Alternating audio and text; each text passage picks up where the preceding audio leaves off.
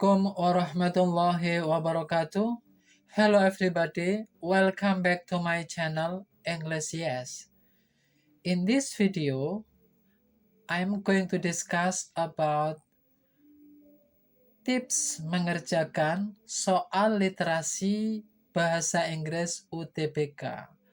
But before I discuss about it, don't forget to give support to this channel by subscribe, like, and comment. Tips mengerjakan soal literasi bahasa Inggris UTBK. Yang pertama, mengetahui materi literasi bahasa Inggris. Pertanyaan-pertanyaan atau materi yang akan muncul di tes literasi bahasa Inggris UTBK dapat dibagi menjadi 3 kelompok. Yang pertama, general information. Pertanyaan yang menanyakan informasi umum. Specific information. Pertanyaan yang menanyakan hal-hal spesifik. Implied information. Pertanyaan yang menanyakan hal-hal tersirat atau tersembunyi.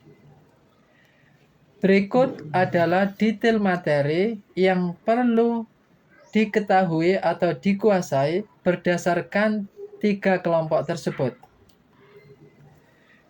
General information. Untuk pertanyaan atau materi general information, yang pertama adalah main idea. Yang kedua adalah summary. Yang ketiga adalah purpose. Mari kita bahas satu persatu untuk materi general information.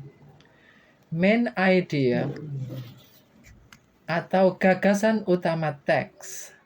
Main idea biasanya terletak di awal paragraf. Tetapi kadang penulis juga meletakkan main idea di tengah paragraf atau bahkan di akhir paragraf, tergantung bagaimana penulis menyusun paragraf tersebut. Tetapi yang perlu diperhatikan adalah bahwa main idea berisi topik yang dibahas. Yang kedua, summary atau ringkasan teks. Summary ini biasanya terletak di paragraf yang terakhir, yaitu di concluding paragraph. Kemudian yang ketiga, untuk materi atau pertanyaan yang berkaitan dengan general information, yaitu purpose atau tujuan teks. Ingat, setiap teks memiliki tujuan yang berbeda-beda. Jadi, anak-anak harus mengetahui tujuan dari tiap teks atau mengetahui social function atau the goal of the text. Selanjutnya, kita bahas specific information. Pertanyaan yang menanyakan hal-hal spesifik meliputi yang pertama, detail information, yaitu pertanyaan yang berkaitan dengan informasi detail dalam teks. Yang kedua, sinonim. Pertanyaan yang berkaitan dengan sinonim atau persamaan makna. Yang ketiga, yaitu pertanyaan yang berkaitan dengan reference atau rujukan dalam teks. Yang keempat, yaitu pertanyaan yang berkaitan dengan paraphrase atau parafrase dari informasi di teks. Yang terakhir, yang berkaitan dengan pertanyaan specific information adalah facts versus opinion, yaitu pertanyaan yang berkaitan dengan fakta dan opini. Selanjutnya, yang ketiga adalah implied information, pertanyaan yang menanyakan hal-hal bersifat tersirat atau tersembunyi. Yang pertama adalah inference, pertanyaan yang berkaitan dengan inference atau simpulan teks. Yang kedua adalah pertanyaan yang berkaitan dengan assumption atau asumsi penulis. Yang ketiga adalah pertanyaan yang berkaitan dengan hipotesis atau hipotesa. Kemudian yang keempat adalah pertanyaan yang berkaitan dengan tone atau sikap penulis.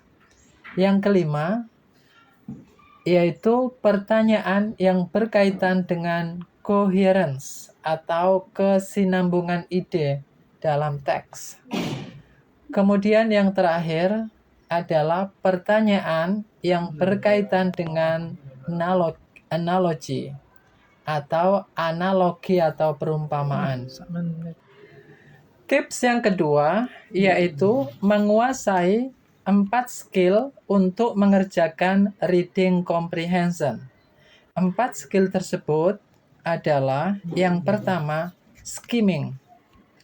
Skimming adalah teknik membaca cepat untuk mendapatkan gambaran umum. Yang kedua yaitu scanning. Scanning adalah teknik membaca cepat untuk mendapatkan informasi spesifik. Yang ketiga yaitu essay development, yaitu tentang bagaimana suatu teks disusun. Kemudian yang keempat adalah how to spot wrong answer, cara untuk menemukan pilihan jawaban yang salah. Selanjutnya, kita bahas satu persatu tentang 4 skill untuk mengerjakan reading comprehension. Yang pertama yaitu skimming, teknik membaca cepat untuk mendapatkan gambaran umum. Tips melakukan skimming atau cara melakukan skimming, yang pertama adalah perhatikan ide utama melalui judul. Yang kedua, tidak perlu membaca kata demi kata. Yang ketiga, bisa langsung menyimak paragraf akhir yang biasanya berisi kesimpulan. Yang selanjutnya, perhatikan ilustrasi atau infografis terlebih dahulu untuk memudahkan memahami isi bacaan lebih jauh. Selanjutnya, untuk bentuk pertanyaan atau materi yang berkaitan dengan skimming, yaitu pertanyaan yang berkaitan dengan main idea. Yang kedua, pertanyaan yang berkaitan dengan summary. Yang ketiga, pertanyaan yang berkaitan dengan purpose atau tujuan penulisan teks. Dan yang terakhir atau yang keempat, yaitu pertanyaan yang berkaitan dengan tone atau sikap penulis terhadap suatu teks. Selanjutnya, kita akan membahas tentang skill yang kedua untuk mengerjakan reading comprehension, yaitu scanning. Scanning adalah teknik membaca cepat untuk mendapatkan informasi spesifik. Tips atau cara melakukan scanning, yang pertama, tentukan beberapa kata kunci. Yang kedua, lihat dengan sekilas dan cepat dari atas sampai ke bawah halaman. Yang ketiga, ketika kata tersebut kamu temukan, baca kalimat di sekitar kata tersebut. Dan yang terakhir, carilah kata yang dicetak tebal, miring, atau yang dicetak berbeda.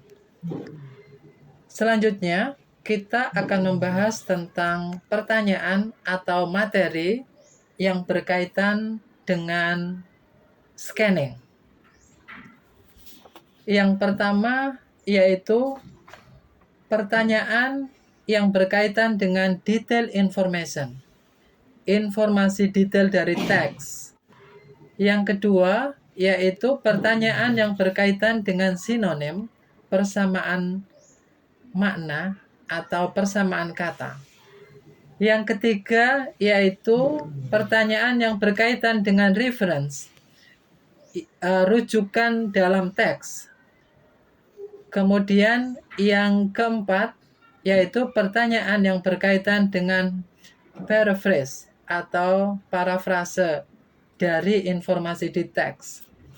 Yang kelima, yaitu pertanyaan yang berkaitan dengan assumption atau asumsi penulis.